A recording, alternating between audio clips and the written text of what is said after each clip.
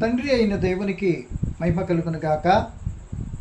ప్రభును ప్రియరక్షకుడైన యేసుక్రీస్తు నామంలో సహోదరులందరికీ హృదయపూర్వకమైన వందనాలు తెలియజేసుకుంటున్నానండి. చిన్న ప్రార్థన చేసుకుని కార్యక్రమం ప్రారంభించుకుందామండి. పరిశుద్ధుడైన ప్రియా పరలోకపు తండ్రి, మహోన్నతుడా, దయగలిగిన తండ్రి, గత కాలమంతా నీ పిల్లలైన మమ్మల్ని అందరినీ భయంకర దుర్దినాలు, ఎక్కడ చూసిన నెమ్మదిలైన భయంకర సంఘటనలు మీ అపారమైన కృపా కనికమ చేత తండ్రి, మీ కుమారుని క్రీస్తు ప్రభుని బట్టి మమ్మల్ని కాపాడి నేటికిచ్చిన క్షేమను బట్టి కృతజ్ఞతా స్తోత్రులయ్యా. సమయంలో దినదినము శోధింపబడుతున్న ముగ్గురు వ్యక్తులను గూర్చి నీకు తెలుసా అనే అంశాన్ని బట్టి కొద్ది నిమిషాలు నేను ఆలోచించిన సిద్ధపడుతున్న తండ్రి, మీ ఆత్మ సహాయం చేయండి. వినబోతున్న ప్రియులైన వారందరూ ఆధ్యాత్మికంగా బలపడినట్లు ఆసక్తి విని ఆత్మ తోడ్పాటునిమ్మని, వినిచున్న బిడ్డలందరినీ మీరు దీవించి బలపరచుమని, యావత్ ఈ కార్యక్రమానికి మీ ఆత్మ తోడ్పాటును అందించి మీరు మహిమ పొందమని క్రీస్తు నామంలో ప్రార్థన అడిగి వేడుకుంటున్నాను మా తండ్రి, ఆమేన్. మంచిదండి. సమయంలో మనం ఒక ప్రత్యేకమైన అంశాన్ని బట్టి కొద్ది నిమిషాలు మనం ధ్యానించుకుంటే సిద్ధపడదామండి. ఏంటా ప్రత్యేకమైన అంశము అంటే, ప్రియమైన దేవుని పిల్లలారా, దినదినము బాధింపబడుతూ శోధింపబడుతున్న ముగ్గురు వ్యక్తులు నీకు తెలుసా అనే అంశాన్ని బట్టి కొద్ది నిమిషాలు మనం ఆలోచించిన ప్రయత్నం చేద్దాం. సో ఈ ముగ్గురు వ్యక్తుల గురించి వారు దినదినము ప్రతిదినము బాధింపబడుతూ శోధింపబడినట్లుగా లేఖనంలో పర్టికులర్గా ఈ ముగ్గురు వ్యక్తుల గురించి వ్రాయబడిన సందర్భాలను, ఆ సంఘటనలను, ఆ వ్యక్తులను గూర్చి కొద్ది నిమిషాలు మనం ఆలోచించడానికి మనం ప్రయత్నం చేద్దామండి. గమనించాలి ప్రియ దేవుని పిల్లలారా, శ్రమ లేనిదే ఫలితం లేదన్నట్లుగా క్రైస్తవ జీవితంలో, లేకపోతే మానవుని యొక్క ప్రయత్నంలో, అలాగే శోధన లేనిదే ఆ వ్యక్తి ఉన్నత దర్శనానికి వెళ్ళలేడు. ఆ శోధింపబడినప్పుడు కృంగిపోతే చేతగాని వ్యక్తిగా మారిపోతాడు అనే సంగతి దేవుని లేఖనం ఈ మాటలు కూడా మనకి వినిపిస్తున్నాయి. సో ఇప్పుడు మనము శోధన అనేది ఎవరికి ఇష్టం ఉండదు. సో ఇష్టం లేదు కదా అని ఆ శోధన కష్టమో నెలతో కలతో రాకుండా మన జీవితానికి ఉండదు. తథ్యమం తప్పనిసరిగా వస్తుంది. సో శోధన అనేది ఒక నెల జీతంలాగా వచ్చి మరలా వెళ్ళిపోయి మరలా ఫస్ట్ తారీఖు నెల జీతం వచ్చినట్టు వచ్చేది మాత్రం కాదు. కొందరు జీవితంలో కొన్ని శోధనలు దినదినము ప్రతిదినము శోధింపబడినటువంటి వ్యక్తులుగా బైబిల్లో ముగ్గురు మనకి ఉన్నారు. జ్ఞాపకం చేసుకుందాం. ఇంకా అనేక మంది ఉన్న ముగ్గురును మనము ఈరోజు ఆలోచించడం మనం ప్రయత్నించేద్దాం. ప్రియ దేవుని పిల్లలారా, శోధన సహించేవాడు ధన్యుడు అంటాడు యాకోబు గారు. శోధనకు నిలిచి ఉంటే వాడు దేవుడు తను ప్రేమిస్తున్నటువంటి వారికి వాగ్దానం చేసిన జీవ కిరీటాన్ని ఆ వ్యక్తి పొందుకుంటాడు అని చెప్పబడుతుంది. అది యోబు పుస్తకాన్ని కానీ మనం ఆలోచించేస్తే, ప్రియమైన దేవుని పిల్లలారా, శోధన లేకపోతే శోధింపబడిన మీదట నేను సువర్ణములకు బంగారమైనటువంటి వ్యక్తిగా, ఒక శ్రేష్టమైన వ్యక్తిగా మార్చబడతాను అని యోబు గారు కూడా యోబు 23:10 కూడా మనం చూస్తాం. పేతురు గారు అంటాడు, ఒక క్రైస్తవ జీవితానికి అగ్ని వంటి మహాశ్రమలు శోధింపబడిన మీదట, ఆ అగ్ని వంటి శ్రమల ద్వారా మనం శోధింపబడినప్పుడు అది మహా ఆనందంగా ఎంచుకోవాలి అని పేతురు గారు కూడా తన పత్రికలో 4:12 చెప్తాడు, మొదటి పత్రిక. సో ఈ మాటలన్నీ కూడా నేను ఎందుకు చెప్తున్నట్టు ప్రియ దేవుని పిల్లలారా, అనేక మంది భక్తి జీవితంలో భక్తిగా బ్రతకాలి అనుకున్నట్టు ఏ వ్యక్తి జీవితమైనా సరే శోధనల గుండా వెళ్ళవలసిందే అనే సంగతిని మనం జ్ఞాపకం చేసుకోవాలి. సో ఈ మాటలు వింటున్న నేను మనము కూడా ఒకరు మన చేతుల్లో ఎదురవుతున్న కొన్ని శోధనలు, కష్ట నష్టాలను బట్టి ఇబ్బందికరమైన ఆటంకాలు ఇవన్నీ కలుగుతుంటే చాలా పర్లు మనం ఏమనుకుంటామంటే, కేవలం నాకే ఎందుకు కలుగుతున్నాయి, ఏంటో అన్నీ కూడా నాకు ఈ సంవత్సరం అంతా, ఈ నెల అంతా, ఈ రోజంతా ఏంటో అంత ఇబ్బంది అన్నట్లుగా బాధపడిపోతూ ఉంటాం. అంటే నేనేదో బాధపడిపోతూ ఉంటున్నాను, నాకు ఎదురుగా అక్కడక్కడ ఉన్నటువంటి వాళ్ళందరూ ఎంతో సుఖపడిపోతున్నారు అని అనుకుంటున్నట్లుగా మాట్లాడుతుంటాం. కరెక్ట్ కాదు. సో మనకి ఇవన్నీ కూడా తెలుసు, శోధన వస్తుంది, శోధింపబడితే మరి ధన్యులుగా మారుతాము అనేది తెలుసుండి కూడా శోధన వచ్చేటప్పటికి ఇలా మాట్లాడుతూ ఉంటాం. కరెక్ట్ కాదు. గమనించాలని ప్రభుని బట్టి మరి నేనైతే జ్ఞాపకం చేస్తూ ముందుకెళ్ళటానికి ప్రయత్నం చేస్తున్నా. చూడండి, దైవ గ్రంథంలో ఒక వ్యక్తిని గురించి ఇలా ముగ్గురు వ్యక్తులు అని మీకు చెప్పాను కదా, శోధింపబడినా లేకపోతే బాధింపబడినా లేకపోతే ఒకరి చేత ఇబ్బంది పెట్టబడినా లేకపోతే వాళ్ళకి ఎంతో మరి నష్టానికో మరి ఇబ్బందికి గురి చేసిన ఈ పరిస్థితులలో ముగ్గురు వ్యక్తులు ప్రతిదినము దినదినము శోధింపబడిన సంఘటనలో ముగ్గురు వ్యక్తులు ఏమి జ్ఞాపకం చేయాలని ఆశపడుతున్నాడు. ఒక వ్యక్తి చేసిన దానికి శోధింపబడి తన ప్రాణాన్ని పోగొట్టుకున్న వ్యక్తిగా కనబడతాడు. రెండో వ్యక్తి నువ్వు పాపం చేయటానికి ప్రేరేపించి నువ్వు చెయ్యి నాతో పాపం అన్న వ్యక్తి మరి భయంకరమైన శిక్షలోకి వెళ్ళిపోతాడు. మూడో వ్యక్తి ఈ ప్రతిదినము ఈ పని నేను చెయ్యను అన్నందుకు తన జాతి కూడా చంపేబడిన పరిస్థితిలోనికి తెచ్చుకుంటాడు. ఎవరి ముగ్గురు వ్యక్తులు? ఏంటా సందర్భం? ఏంటా సిచ్యువేషన్లో వీళ్ళు ఎలా నిలబడగలిగారు? దేవుని పిల్లలు ఎవరు? లేదా దేవుని చిత్తాన్ని బట్టి ఎలా ఈ శోధన ఎలా జయించగలిగారు అనేది మనకు కొద్దిపాటి అర్థమైతే నీకు నాకు కలుగుతున్న కొన్ని శోధన కష్ట నష్టాలు కూడా మనకి ఏమవుతుందో తెలుసా? వీరిని బట్టి మనం బలపరచబడటానికి అవకాశం ఉంటుంది. ఎలాగంటే ఒకళ్ళు దినదినము నీవు చేసిన దానికైతే శోధన నో ప్రాబ్లం, చేసే కనుక అనుభవించక తప్పదు. అది మీరైనా నేనైనా మరొకరైనా కనుక అది అది కరెక్టే. మనకి ఏ యొక్క ఇబ్బంది కష్టమో అంటే ఏ తప్పిదమో చేయకపోయినా శోధింపబడినప్పుడు సహించితే అది హితము, ఆ దేవుని దృష్టిలో మరి ఘనపరచబడేది, దేవుడు అది అంగీకరించేది. శోధింపబడి తప్పు చేసినప్పుడు నువ్వు శోధింపడుతూ దెబ్బలు తింటూ ఉపయోగం ఏముండదు. తప్పు చేయకపోయినా జరిగినప్పుడు సహించావా, అది ధన్యత అన్నట్లుగా లేఖనాలు మనం ఘోషిస్తున్నాయి. కనుక ఈ ముగ్గురు వ్యక్తుల గురించి ఒక మాట నేను చెప్పాలని తలుస్తున్నాను. మొదటి వ్యక్తిని, ఆ వ్యక్తిని దినదినము బాధిస్తూ తొందర పెట్టిందట ఒక స్త్రీ, ఒక వ్యక్తిని. ఆ వ్యక్తి ఎవరు అనగానే ఇప్పుడు మీకు చాలా వరకు అర్థమైపోయిందేమో అని అనుకుంటున్నాను. ఆయన పేరే సంసోను గారు. సంసోను అనే మాటకు అర్థం మరి సూర్యుని పోలినవాడు లేక ప్రకాశించువాడు అని అర్థం. సో ఈ సంసోను ప్రియ దేవుని పిల్లలరా మరి ఇశ్రాయేలుకి న్యాయాధిపతిగా ఉన్నటువంటి వ్యక్తి. ఈ సంసోను ద్వారా ప్రపంచానికి జనానికి ఒక సత్యాన్ని చెప్పాలనుకున్నాడు దేవుడు. ఏంటి అంటే దేవుడు బలపరిస్తే ఎంత గొప్ప వ్యక్తిగా ఉంటాడు, గొప్ప కార్యాలు చేయగలుగుతాడు.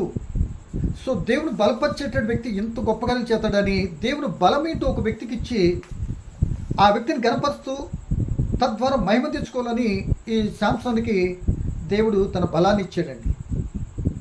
చాలా పరం మీరు బైబిల్లో గమనించినట్లయితే ఒక్కొక్క వ్యక్తికి ఒక్కొక్క మరి స్థితిని, సాధనాన్ని, లేకపోతే ఒక వ్యక్తికి ఒక్కొక్క పరిస్థితిని వారికి అనుగ్రహించి వారిని గొప్ప చేస్తూ తద్వారా ఆయనకు మహిమ తెచ్చుకున్నట్లుగా బైబిల్లో మన చాలామంది వ్యక్తులు మనకు కనిపిస్తారండి. ఫర్ ఎగ్జాంపుల్గా సహనానికి యోబు గారిని మనకు కనబడతారండి. కృతజ్ఞత అన్నవా, ఇదిగో దావీదు గారు మనకి మంచి వ్యక్తిగా, మంచి కృతజ్ఞతాపరుడుగా కనబడతాడండి. జ్ఞానము అని అన్నారా, జ్ఞానానికి సొలొమోను గారు మనకు కనబడతారండి. విశ్వాసం తండ్రి విశ్వాసం అన్నవా, అబ్రహాం గారు కనబడతారండి.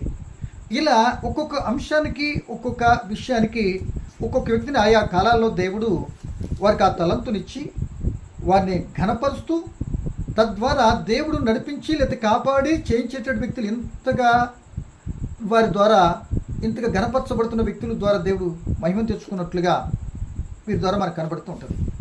సో అటువంటి వాటిలో ఈయన ఒక వ్యక్తి బలము ఏమండి, కనుక బలాన్ని ఇచ్చి దేవుడు న్యాయాధిపతిగా ఇశ్రాయేలుకు ఉంచాడు. ఈ వ్యక్తి చాలా సింపుల్గా చెప్పాలి ఏం జరిగిందో.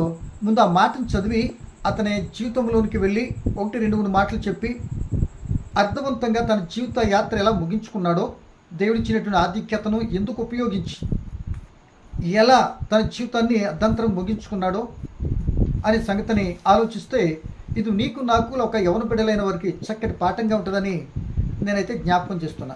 చూడండి, న్యాయాధిపతులు 16 వచ్చినానండి, ఫ్యాన్సీ నెంబర్. న్యాయాధిపతులు 16 వచ్చినవండి.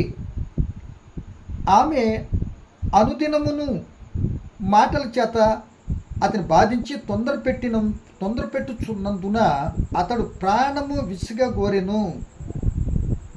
అప్పుడు అతడు తన అభిప్రాయం అంతయు ఆమెకి తెలియజేశాడు.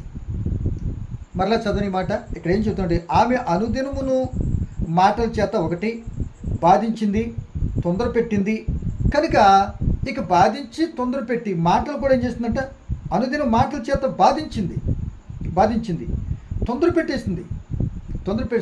ఇప్పుడు దినదినము ప్రతిదినం అనుదినము ఇక అదే పని ఇక అదే మాట, బాధించటం, మాటలతో తొందర పెట్టడం. ఎందుకు తొందర పెట్టింది, ఎందుకు బాధిస్తుంది అంటే తను ప్రేమించి కదా, ఈమె ఒక వేశ్య, గాజాలో ఉంది ఈమెకి ముందుగా సంసోను గారు మరొక ఆమె తిమ్నాతులో ఒక ఆమె నేను చూశాను, ఆమెతో నాకు మరి వివాహం చేయాలని తల్లిదండ్రులు మరి మొత్తం ఒప్పిస్తాడు, వద్దు నాన్న వాళ్ళు మనకి సొంతలేని పిలుస్తీలంటే వద్దు నాకు కావాలి అన్నాడు. అయినా సరే మొత్తం మీద వెళ్ళారు. ఆ తిమ్నాతులో ఉన్నటువంటి ఆ స్త్రీ ఆమె తండ్రి సంసోను స్నేహితుడు మరొకరుగా తన స్నేహితుడికి ఇచ్చి పెళ్లి చేసేస్తాడు. చూసుకున్నారు కానీ ఆమె దక్కలే, దీనికి ఆమె పెయిలైపోయింది. ఒకటి. రెండవది గాజాకు వచ్చాడు, వేసని చూశాడు, ఆమెతో చక్కగా లాలన చేసింది, చక్కగా ఆ బలంతో సంతోషిస్తున్నాడు. చూడు, ఒక స్త్రీ ఆ విధానాన్ని బట్టి తను చేసుకున్నది ఏంటంటే, సంసోనులకు బలమేంటో తెలుసుకునాలి అని తొందర పెట్టేసింది మాటల చేత, అనుదినమూ బాధించింది. ఇక విసిగిపోయాడు సంసోను గారు. సో ఎందుకింత తొందర పెడుతుంది, అసలు ఎందుకింత అడుగుతుంది అనే గ్రహింపులోనికి మాత్రం రాలేదు. ఎందుకో తెలుసా, ఆ యొక్క ఢిల్లీ యొక్క మైకంలో పడిపోయాడు. తను ఎవరైతే స్త్రీ సిరి అండ్ ఈ మైకంలో పడిపోయిన వ్యక్తి ఇక ఏది కూడా పట్టించుకోడండి. తను ఏమైపోతున్నాడో ఏం జరుగుతుందో కూడా అర్థం కాదండి. తన పేక మీదకి వచ్చిన తర్వాత అలా ఊపిలో దిగిపోయిన తర్వాత పైకెత్తి చూస్తే జరగాల్సిన అనార్థం అంతా కూడా జరిగిపోద్ది. అలా ఉంది ఈ సంసోను గారి సంగతి కూడా. ఎలాగంటే ఆ తొందర పెట్టిన వెంటనే తన రహస్యం చెప్పేశాడు. నేను నాజేరు చేయబడిన వ్యక్తి, ఇగో నా నెత్తి మీద జడలు ఉన్నాయే, అవి కానీ కత్తిరి వేస్తే నా బలమంతా పోతుంది అని గుట్టు విప్పేశాడు. ప్రియ దేవుని పిల్లలరా, అది ఎవరికి చెప్పకూడదు. ఏమండి, కొందరు అంటారండి స్త్రీతో మరి కొన్ని విషయాలు చెప్పకూడదు చాలా ఉంటాయండి. చెప్పాల్సినవి ఏమో చెప్పరు, చెప్పకూడదు చెప్పేస్తూ ఇలా బలైపోయిన పరిస్థితులు మనకి చాలా కనబడుతూ ఉంటాయి. కనుక ప్రియమ దేవుని పిల్లలరా, తన గుట్టంతా చెప్పేశాడు. వెంటనే జడలు కత్తి. అప్పటికి ఎన్నో పర్యాలు సంసోను తన యొక్క రహస్యం చెప్పకుండా దాటవేస్తూ వచ్చాడు. తద్వారా తొందర పెట్టేసింది. అబ్బే నన్ను ప్రేమించట్లేదు, నేనంటే ఇష్టంగా నీకు కనబడట్లేదు, అసలు నేనే నీకు కానీ ఇష్టంగా ఉన్నట్టయితే అసలు ఈ విషయం దాస్తారా మీకు చెప్పండి అని అంటూ లాలన చేసింది. ఆఖరికి తన తొడ మీద పడుకోబెట్టుకుంది, నిద్రకు వచ్చింది. పిలిస్తీల ద్వారా ఏం చేసింది, తన జడలు కత్తిరిస్తే సంసోను పిలిస్తీల మీద పడుతున్నారు అనగానే ఎప్పుడులాగా తల విరబోసుకుంటూ ప్రయత్నం చేశాడు.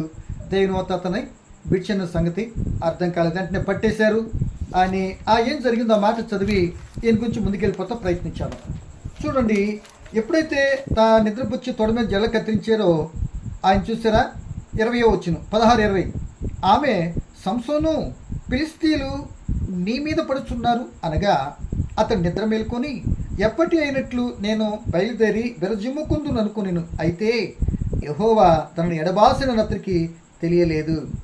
అప్పుడు ఫిలిష్తీయులు అతను పట్టుకొని అతని కన్నులు ఓడదీసి గాజాకత్తి తీసుకుని వచ్చి ఇద్దరు సంఖ్యల చేత అతను బంధించి అతని బందీ గృహములు తిరగలిసిరువాడుగా. చూడండి ఎంత బలవంతుడు, కన్నులు పీకేశారు, ఇత్తడి సంఖ్యలతో బంధించేశారు. చివరి అక్కడికి ఏమైంది, ఇత్తడి ప్రియదేని బిడ్డలారా ఏం చేసింది తెలుసా, బంధించింది. అది బాధిస్తుంది. సో గుడ్డివాడైపోయి తిరగలిసిరువారుగా అయిపోయాడు. అంటే ఏంటో తెలుసా, ఈ విషయం తెలుసా, అనుదినము శోధింపబడినప్పుడు ఆ శోధనలు ఏం చేశాడంటే సహించి ఓర్చుకొని జయించేటటువంటి విషయంలో ఆయన ప్రయత్నం చేయక ఆ యొక్క డెలీలా యొక్క ఆ శరీర సంబంధం ఆ యొక్క విధానంలో మునిగిపోయి తన యొక్క శక్తిని, తన వ్రతాన్ని, దేవుడిచ్చినటువంటి పరిస్థితిని అంతా కూడా పోగొట్టుకున్నాడు. వెంటనే బంధించి కన్నుగుడ్డులు పీకేశారు. దేనినైతే చూశాడో అక్కడేమో తిమ్నాతులో ఒక స్త్రీని చూశానన్నాడు, ఇక్కడేమో వేసే అయిన డెలీలాని చూశాడు. అవి చూడటానికి లేకుండా కన్నులు ఓడదించేశారు. చివరాకారికి ఆ దాగోను గుడికి బలివ్వాలి అని అనుకున్న పరిస్థితుల్లో వాళ్ళు ప్రయత్నాలు అన్నీ చేస్తుంటే అప్పుడు ప్రాధేయపడి ఒకటప్పుడు అడుగుతాడు, అయ్యా ఇదిగో నా కన్నుగుడులు పీకేసినందుకు గాను వారి మీద నేను పగ తీర్చుకుంటానికి ఒక్కసారి నన్ను జ్ఞాపకం చేసుకోవా అని అడుగుతాడు దేవుణ్ణి. అప్పుడు జ్ఞాపకం చేసుకుంటే ఆ దాగోను గుడికి ఆధారంగా ఉన్న స్తంభాలు ఆయన ఆనిచ్చి నిలబెడితే ఒక్కసారిగా వాటిని కదిపేటప్పటికి దాని కిందకు వచ్చినటువంటి ఆ ఫిలిష్తీయుల సర్దార్లు వచ్చిన జనాలు అందరూ కూడా సంసోనుతో పాటుగా చనిపోతారు. ప్రియమైన వారలారా, దినదినము శోధన ఉంటుంది, ఒకరోజు వచ్చి పోయేది కాదు. అంటే ఈ శోధన తను చేసుకున్న దానికి వచ్చింది. అంటే ఇప్పుడు శోధన చేసుకున్నందుకు వస్తుంది. శోధన లేక బాధ, తొందరపాటులు, నష్టము, కష్టాలు చేసుకున్న దానికి వస్తాయి. కొన్ని సందర్భాల్లో నువ్వు నిజమైన భక్తి జీవితంలో బ్రతుకుతున్నప్పుడు పరీక్షగాను, రెండంతలు దేవుని పొందుకుంటానికి మెట్టులుగాను ఉపయోగపడేటటువంటి విధానంలో కూడా శోధింపబడే తత్వము ఉన్నది అని బైబిల్ మనకు స్పష్టంగా సెలవిస్తుంది. ఇప్పుడు చేసుకున్నందుకు గాను సంసోను గారు ఏమైపోయాడు తెలుసా? దినదినము ఆమె తొందర పెట్టేటప్పటికి తన రహస్యాన్ని చెప్పేశాడు. ప్రియమైన దేవుని బిడ్డ, నిజమే, చాలా పర్యాలు మన జీవితంలో కూడా దినదినము ఈ యొక్క సంసారాన్ని ఈదలేకపోతున్నాను, దినదినము ప్రతిరోజు ఈ కష్టాలేనా నాకు, ప్రతిరోజు ఏంటో ఈ పరిస్థితి నాకు ఇక్కడికి వచ్చిన కాడి నుండి ఇలాగే జరుగుతుందనుకు చాలా పర్యాలు మనం కృంగిపోతూ ఉంటాం. ఇది ఇటువంటి ఇబ్బందికరమైన పరిస్థితులు మనం ఆలోచిస్తున్నప్పుడు, ఎప్పుడన్నా అనేక దినాలు మన జీవితంలో సంతోషము, ఆనందము కలిగినప్పుడు దేవా ఎంత చక్కటి ఆనందించావు నా బ్రతుకులో అని ఎప్పుడైనా కృతజ్ఞత చెల్లించావా అంటే ప్రశ్నార్థకం. కనుక కరెక్ట్ కాదని ప్రభుని బట్టి ఆలోచించమని మీకు జ్ఞాపకం చేస్తున్న ఒకటి. రెండో వ్యక్తిని మీరు చూసుకున్నట్టు ప్రియ దేవుని పిల్లలారా, మీరు చూడండి, ఈయన కూడా దినదినము కూడా ఏం జరిగింది తెలుసా? ప్రతి దినము ఒక ఆమె, ఇదిగో నువ్వు నాతో పాపం చేయి, నాతో క్షమించు అంటుంది. అనగానే మీకు అర్థమైపోయి ఉంటుంది ఎవరు అనేది. ఆ వ్యక్తి ఎవరు అంటే మరి యోసేపు గారు. యోసేపు అనగా ఫలించేడు కొమ్మ, మనకు తెలుసు, అభివృద్ధి నొందుట అని కూడా మనం అనుకోవచ్చు. సో యోసేపు ప్రియమైన దేవుని పిల్లలు అంతా చెప్పను కానీ మరి 2 పర్యాలు అమ్మబడినట్లుగా, మరి అన్నదమ్ముల చేత ద్వేషించబడినట్లుగా మనకు కనబడుతుంది. పగబట్టి అసూయపడి అమ్మేశారు. ఇష్మాయిల్కి అమ్మేస్తే ఇష్మాయిల్ తీసుకుని వచ్చి పోతీఫార్కి అమ్ముతారు. సో మొత్తం పోతీఫార్ ఇంట్లో ఉన్నాడండి, బానిసగా ఉన్నాడు, చిన్నవాడు, యవనస్తుడు. సో ఇట్టి పరిస్థితిలో ప్రేమ దేవుని బిడ్డలారా, ఆ యోసేపు మరి పోతీఫార్కి ఒకలాగా అర్థమయ్యాడు, తన భార్యకి ఒకలాగా అర్థమయ్యాడు. ఈ యోసేపును చూడగానే పోతీఫార్కి ఈ యోసేపును బట్టి నా ఇల్లంతా కూడా ఆశ్రయించబడుతుంది, ఇతను చేసే పనంతా కూడా సఫలమవుతుంది, ఎస్ యోసేపు అంటూ ఉంటాం నా ఇంట్లో చాలా మంచిదని మొత్తం ఇంట్లో బాధ్యత అంతా కూడా తనకు అప్పగించాడండి. మొత్తం మీద అలా కొన్నాళ్ళు సాగుతుంది. ఇది పోతీఫార్కి యోసేపు గారు అర్థమైన రీతి. ఒక వ్యక్తి అందరికీ అన్ని రకాలుగా ఒకే రకంగా అర్థం కాడండి అంటానికి ఇప్పుడు ఈ మాట చెప్తున్నానండి. సో తన భార్య ఉంది కదా, పోతీఫార్ భార్య, పేరు లేదండి ఆమెకి. చాలా పర్లు కొందరు పేర్లు వ్రాయబడలేదండి. ధనవంతుడు పేరు లేదు, లోతు భార్య పేరు లేదు, యోబు భార్య పేరు లేదు, కానీ వాళ్ళ యొక్క క్యారెక్టర్ మొత్తం ఉంది, వాళ్ళ క్యారెక్టర్ ఉంది. పోనీ అటువంటి చెప్పినటువంటి ఈ పేర్లు చెప్పబడినటువంటి ప్రతి ఒక్క క్యారెక్టర్ ఏమంత మంచిగా ఉందంటాను కూడా ఛాన్స్ లేదు. పేరు చెప్పబడినంత మాత్రం అన్నీ మంచిగా ఉంటాయి, వాళ్ళు రాయలేదు కదా లేదు అని కొట్టేయటం కూడా కుదరదు. పేరు ఉన్నా కొందరు క్యారెక్టర్ లేనటువంటి జీవితాలు కూడా ఉన్నాయి అనే సంగతి మరి మనం కొద్దిగా ఆలోచించాలి. సో ఇక్కడ చూడండి, నేను ఒక మాట చదువుతున్నాను చూడండి, 6వ వచనం చదువుతున్నానండి. యోసేపు గారు దినదినం ప్రతిదినము నువ్వు ఈ తప్పు చెయ్యి అంటే శరీర సంబంధమైనటువంటి కోరిక తనని ఎత్తుక్కుంటూ ఈ తప్పు చేసి ఎత్తుకుంటూ తన దగ్గరికి వచ్చిందండి. లొంగిపోలే అంటే లొంగిపోలేదు అని అంటే దాని అర్థం ఏంటి తెలుసా? ఈ భక్తి భావాలతో ఉన్నాడు కనుక నేను కానీ దీనికి లొంగిపోయి పాపం కానీ చేసినట్టయితే నా భక్తి అంతా కోల్పోతాను, దేవునికి విరోధమైపోతా.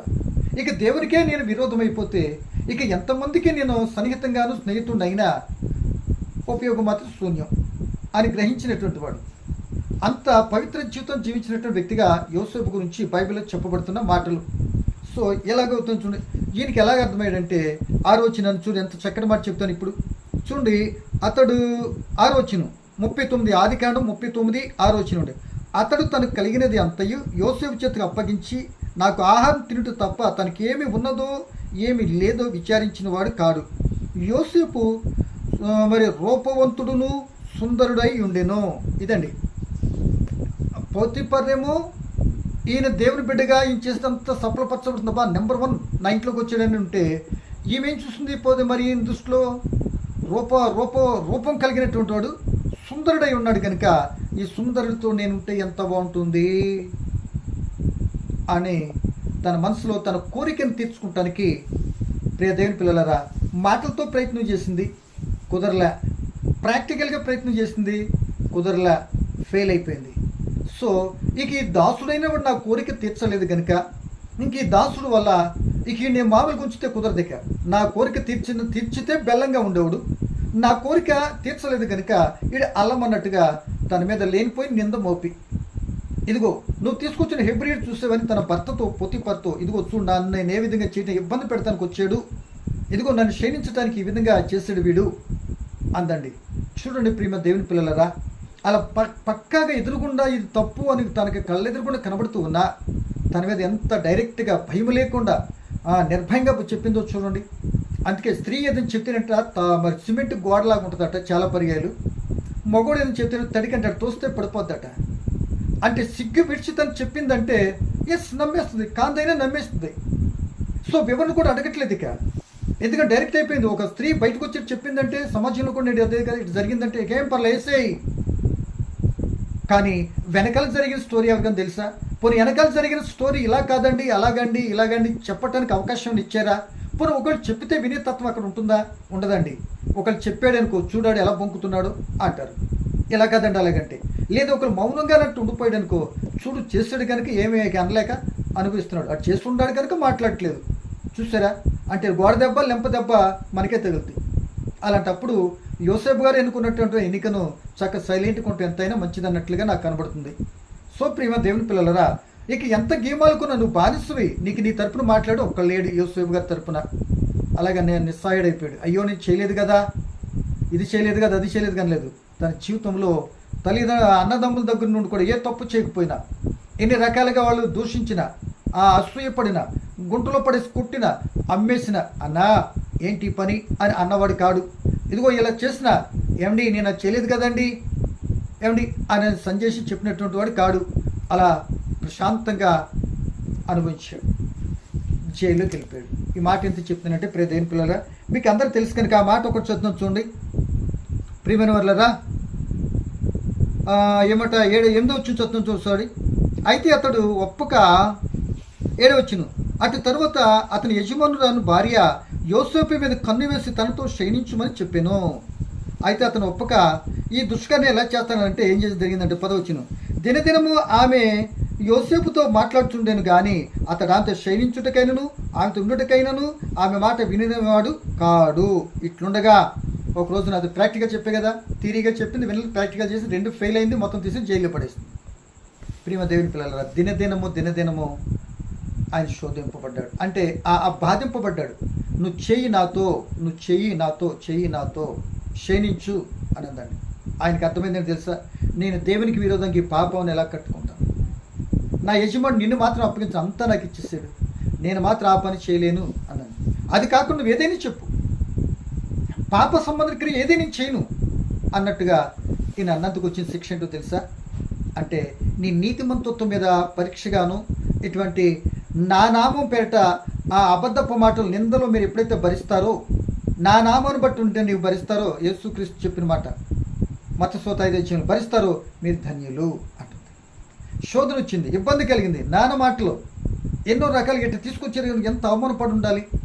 సో ఇన్ని అవమానాలు నా జీవితానికి ఎందుకు నా బ్రతుకు అనుకున్నట్లుగా యోసేపు గురించి మన బైబిల్ ఎక్కడికి ఆనరాదండి. సో ఈయన అక్కడ కూడా సహించాడు, ఓర్చుకున్నాడు, జైల్లోకి వెళ్ళాడు, చివరికి జైలు నుండి వచ్చాడు. అదే ఐగుప్తు దేశానికి ప్రధానిగా అయ్యాడు.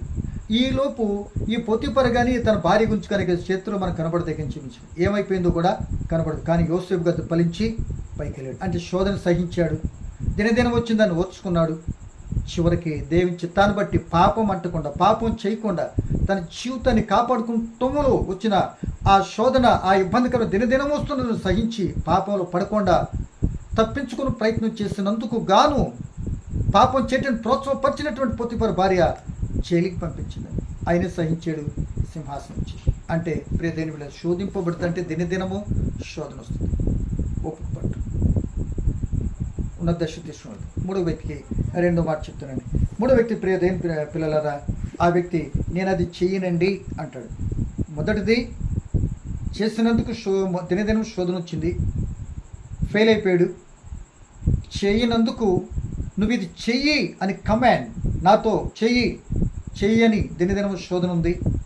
ఇప్పుడు శోధన ఇది నేను చేయను, దినదినం శోధింపబడుతున్నా, ఇలా యోసేపులాగా నేను ఇది చేయను అన్నంతగాను మరొక వ్యక్తికి ఏమొచ్చిందో మనం చూద్దాం. ఇద్దరు స్త్రీల ద్వారా, ఒక పురుషుని ద్వారా ఈ ముగ్గురు వ్యక్తులకి ఏమొచ్చిందో మనం చూడటానికి ప్రయత్నించేద్దాం.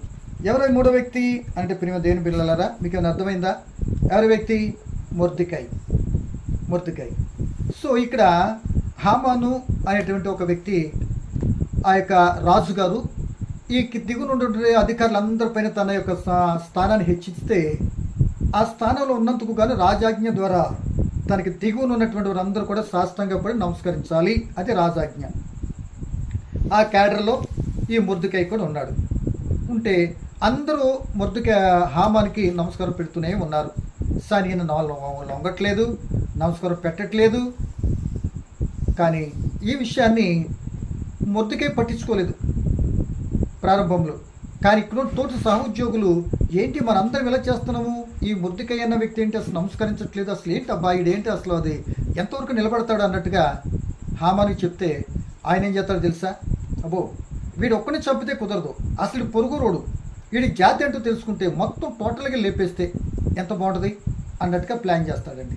అసలు ఏంటో ఈ చెప్పిన మాటలకి వాక్యం చదివి చిన్న వివరణ తీసుకొని అక్కడ ఏం జరిగిందో మరి చెప్పుని ముగించుకోవడానికి ప్రయత్నించేద్దాం. చూడండి ప్రియమైన దేవుని పిల్లలారా, ఇదే ఎస్తేరు పుస్తకం 3వ అధ్యాయము 2వ వచనం చదువుతున్నానండి. ఇవన్నీ మీకు తెలుసు ఏమంటే, ఇవన్నీ మనకు తెలిసినవి. ఆశ్వరోజు కాలం కాబట్టి రాజు గుమ్మమునున్న రాజ సేవకులందరూ రాజాజ్ఞానుసారముగా మోకాళ్ళుని హామానుకు నమస్కరించిరి. మొర్దెకై వంగకయు నమస్కారం చేయకయు నుండగా రాజు గుమ్మమునున్న రాజసేవకులు, నీవు రాజాజ్ఞను ఎందుకు మీర్చున్నావని మొర్దెకైని అడిగిరి. ఈ ప్రకారము వారు ప్రతిదినమతంతో చెప్పుచూ వచ్చినను అతడు వారి మాట చెవిని పెట్టకపోయిన గనుక వారు మొర్దెకై యొక్క మాటలు స్థిరపడునో లేదో చూతుమని దాని హామానుకు తెలిపిరి. ఏలయనగా అతడు నేను యూదుడని గనుక ఆ పని చేయజాలన్న వారితో చెప్పి ఉండెను. యూదులు సాష్టాంగపై నమస్కారం చేయరండి, ఎందుకంటే దేవుని యొక్క ఆజ్ఞ. విగ్రహార్థం దేనికి కూడా నమస్కరించకూడదు, పూజింపకూడదు అని ఉంది కదా. వీళ్ళు పొరుగు దేశంలో సరే ఈయనకి గుర్తుందండి. అంటే ఇక ఇప్పుడు మనుషులు మొక్కినా బొమ్మకు మొక్కినా ఒకటే, ఏ రూపంలో మొక్కడానికి అవకాశం లేదు కానీ అని చెప్పిన మాట గుర్తుంది. నేను అందుకని యూదుని కనుక మొక్కునయ్యా, నువ్వు 100 ప్రతిదినం అడుగు, దినం అడుగు, ఇంకోసారి అడిగిన మొక్కడం అనేటప్పటికి ఈ విషయం వెంటనే మండిపోద్ది అంటారు కదా, అలా కాలిపోయింది. వెంటనే ఏమన్నాడు తెలుసా? ఇక మీరు తర్వాత చదువుకోండి, వివరణ చెప్తున్నాను. ఈ యొక్క హామానికి వెంటనే కోపం వచ్చేసి ఈ యొక్క మొర్దెకైని ఒక్కడిని చంపితే సరిపోదు కనుక తన జాతి ఏది ఉందో జాతిని అంతా సంహరించాలి అని మొత్తం మీద రాజు దగ్గరికి వెళ్ళాడు. రాజు ముద్ర వేయించుకున్నాడు, మొత్తం చంపడానికి ప్లాన్ చేశాడు, అన్నీ కూడా లైన్ పెట్టేశాడు. కేవలం దేనికి? దానికి నమస్కరించినందుకు. నేను యూదుడు కనుక నమస్కరించాను అన్నందుకు ఈ శిక్ష అండి. ఇలా నమస్కరించాలని ఈయనకి ఎన్నాళ్ళు బట్టి శోధన ఎంతకాలమో తెలియదు కానీ ప్రతిదినం అడుగుతున్నారు. ప్రతిదినం ఎందుకు? ఈ రోజు కాకపోతే రేపు చేయడా, రేపు కాకపోతే ఎల్లుండి చేయడా అని అడుగుతుంటేనే చేయనయ్యా నేను యూదుడిని, కందగిలిన తర్వాత కత్తిపెట్టకి ఎందుకు, అసలుడికి లేని పోతే మీకెందుకు అన్నట్టుగా కాదనంటే నేను యూదుని చేయనంటే వీళ్ళు తీసుకెళ్ళి అక్కడ అంటించేసారు. చాలా పర్యాలు ఉంటాయి కదండి. కనుక ఆ పరిస్థితుల్లో ప్రియమైన దేవుని పిల్లలరా, అసలు మొర్దెకై ఎవరో తెలిసేడే అనుకోండి. ఇప్పుడు హామాను అక్కడ ఉన్నటువంటి ఆ సేవకులందరూ ఎవరికి నమస్కారం చేస్తారు? మొర్దెకైకి నమస్కారం చేయాలి. ఎలా? మరి సింహాసనం తెచ్చుకున్న అమ్మ, మరి ఈయన కూతురు కదా, పెంచుకున్న కూతురు కదా, ఈయన మామగారు రాజుగారికి. మరి రాజుగారు మామగారికి అని తెలిస్తే ఈ మొర్దెకై గారికి వీళ్ళందరూ ఎవరు పెట్టాలి నమస్కారం? అందరూ ఈయనకి పెట్టాలి. కానీ తెలియలేదు, వాళ్ళకి తెలుసుకోలేదు. కానీ అలా చంపేయాలి, జాతిని అంతా కూడా చంపేయాలి అని అనుకున్నాడండి. ప్రియమైన దేవుని పిల్లలరా, చాలా పర్యాలు మనకున్న పదవిని బట్టు, కొన్ని పరిస్థితులను బట్టు మనకు అనుకూలంగానో ఏదైనా జరగకపోతే ఇలాంటి సునిర్ణయాలతో అనేక మందిని ఇబ్బంది పెట్టే పరిస్థితుల్లోకి వెళ్ళి మనం ఇబ్బందులు కొని తెచ్చుకుంటాం అనడానికి మరి హామాను యొక్క జీవితం కనబడుతుంది. ఈయన చంపడానికే ఉరుకోయి చేశాడు. ఏమండి, ఈయన పెద్ద ఉరుకోయి చేయించాడు. ఎవరిని? ఈ ఉరుకోయి మీద మొర్దెకైని ఉరి తీసేయాలి, అంటే చంపేయాలి. ప్లస్ జాతినంతా కూడా ఒక్క రోజునే చంపేయాలి. ఈ 2 శాసనాలకి ఆమోద ముద్ర ఉరుకోయి తయారు చేసుకొని రెడీగా ఉన్నాడు. సో ఈ లోపు మరి రాజు ఆజ్ఞ. ఒకనాడు రాజుని మరి శత్రుబారి నుండి తన యొక్క భటులు చంపాలని ప్రయత్నం చేసినప్పుడు ఆ కుట్ర భగ్నపరిచి చంపాలనేటువంటి ఆ విషయము వాస్తవం కనుక ఆ వాస్తవమైనటువంటి విషయాన్ని తన గ్రంథంలో రాయబడినప్పుడు, సమాచార గ్రంథంలో అలా చెప్పినందుకు కానీ మొర్దెకైకి ఆ రోజు ఏ బహుమతి ఇవ్వకపోయేటప్పటికి ఆ సమాచార గ్రంథం నిద్ర పట్టకించి చదివేటప్పటికి జ్ఞాపకం చూసేటప్పటికి మొర్దెకైకి ఆ రోజున నన్ను కాపాడటానికి ప్రయత్నం చేసిన మొర్దెకైకి ఏమీ ఇవ్వలేదు కనుక ఈరోజు ఇవ్వాలని తన మనసులో ప్రేరణ కలిగించాడు దేవుడు ఆ రాత్రి. ఇక రాత్రి అయిపోయిన పొద్దుటే హామాను చంపడానికి, అది హామాను మొర్దెకైని చంపడానికి ఇశ్రాయేల్ ఆ యువత జాతంతా కూడా నాశనం చేయడానికి శాసనం మీద ముద్రాయం చేసుకుని రెడీగా చంపడానికి ఈయన ప్లాన్తో రాజుగారి దగ్గరికి వచ్చాడు. రాజుగారి మధ్యలోనేమో ఈ మొర్దెకైని ఊరేగించాలి, నన్ను కాపాడినందుకు ఏది ఇవ్వలేదు కనుక ఊరేగించాలని ప్లాన్ ఉంది. చూడండి ఒకసారి ఎలా తలకిరీదులైపోతున్నారు. ఒక్కసారిగా ఎవరెక్కడ అనగానే హామాన్ గారు ఉన్నారు. నేను మీరు చదువుకుంటే ఆరోగ్యం కనపడుతున్న మాటలు అన్నేనండి. అంటే నేనేనని వెళ్ళేటప్పటికి ఇదిగో ఒక వ్యక్తిని గనపరచాలంటే, రాజును కాపాడిన వ్యక్తిని గనపరచాలంటే గుర్రాన్ని ఎక్కించాలి, బంగారు కడే, దొరికిన బట్టలే, ఇవన్నీ చెప్పేసాడండి. ఓకే రైట్, ఇవన్నీ కూడా హామాను నీవే వెళ్ళి ఇదిగా మొర్దెకైకి చెయ్యి అన్నాడండి. చూసారా, చంపాలనుకున్న వ్యక్తిని సింహాసనం నుంచి ఊరేగించాడండి. కానీ మనం ఒకటి తలిస్తే దైవం ఒకటి తలుస్తుంది. నువ్వేదైనా దుష్ట సంబంధంగా ఒక వ్యక్తిని, మంచి వ్యక్తి మీద ఇప్పుడు నిందారోపణ నిందగా నువ్వు మాట్లాడితే అది నీ నెత్తి మీదగా తెచ్చుకుంటావు. సో అలా ఊరేగించారు సరిగదా. ఇంకా కాస్త ముందుకెళ్తే వీళ్ళందరూ కూడా చంపబడే పరిస్థితి వస్తుంది కదా అనుకొని 3 దినాలు ఉపవాస ప్రార్థన చేసేటప్పటికి ఏ ఉరుకొయ్యి అయితే మొర్దెకైని చంపాలని చేశాడో మరి హామాను, అదే ఉరుకొయ్యి మీద తిరిగి హామాను ఉరితీయబడ్డాడు. ఏ జనాలైతే ఆ యొక్క శాసనం, ఏ శాసనం అయితే ఆ యొక్క యూదా జాతిని చంపబడాలన్నారో ఈ ఇశ్రాయేల్ అందరూ కూడా ఆ యొక్క ఆ హామాను కుమారులను ఉరిదీశారు, చంపేశారు. అనేక మంది జనాలను చంపేసి వీళ్ళు మాత్రం చంపబడాలనుకున్నట్టు వారు బ్రతుకున్నారు, చంపేయాలి అని అనుకున్నటువంటి వారు చనిపోయారు. కారణం శాసనాలు మార్చగలిగిన వాడు కనుక. ఈ సమాధానం బట్టి చివరికి మొర్దెకై ఆ దేశ ప్రధాని అయ్యాడు. ఈ మాటను బట్టి ప్రేమ సోదరుడా సహోదరి, తన తొవ్విన గోతులు తనే పడిపోయాడు. ఇది ఒక నమస్కరించినందుకు.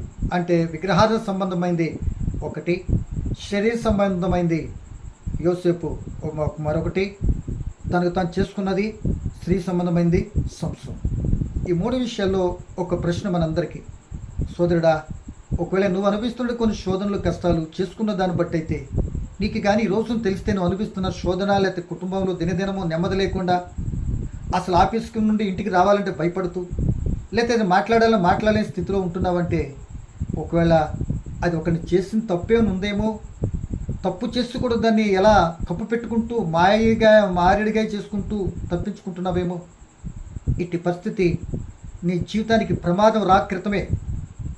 ఒకవేళ సంసోన్లాగా అది తొందరపడిపోయి అలా చేసి ప్రాణం పోయే స్థితి క్రితమే ఒకసారి ఆలోచించి ఆ భగవంతుడికి క్షమాపణ కోరుకుంటే ఆ కుటుంబాన్ని అంతా కూడా నేను ధన్యుడికి మార్చే కుటుంబం మరలా సమాధానపడి సంతోషంగా ఉండే కృపా దేవుడు ఇస్తాడు.